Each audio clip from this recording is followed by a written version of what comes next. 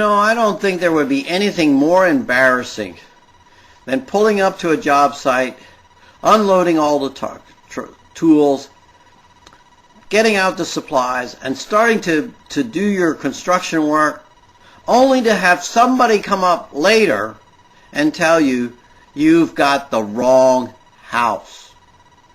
You've been repairing and remodeling and fixing, and it was all useless because you're at the wrong property. You've got to fix what you started, and then you've got to do it all over again because you got to go do it for the customer that hired you. Well, Psalm 127 talks about doing things uselessly. It says, unless the Lord builds the house, they labor in vain who build it. The psalmist is talking about doing things in our own strength, without any understanding of who God is or any acknowledgement that God needs to be in charge of everything, that God needs to be in complete control. The psalmist says and concludes rightly that when we do things in our effort, it's in vain, because it doesn't have permanent, lasting ability. That only comes from God.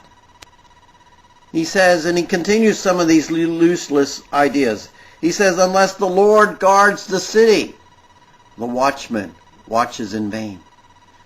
You can put soldiers out there, you can put police out there, but unless the Lord is in watching over it, their efforts won't matter.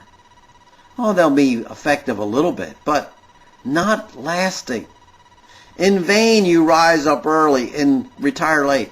Our culture today is built on working 10, 12, 14-hour days for some people. This psalm says that's useless. Unless the Lord's in control of it, working those long hours to get ahead is not going to get you ahead. We need to understand how God works.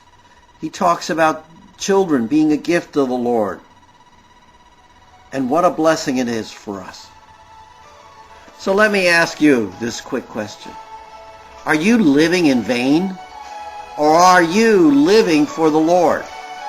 If you're living in vain, find out how to live for the Lord. Drop me a note. I'm Pastor Bernadette saying goodbye, and may God richly bless.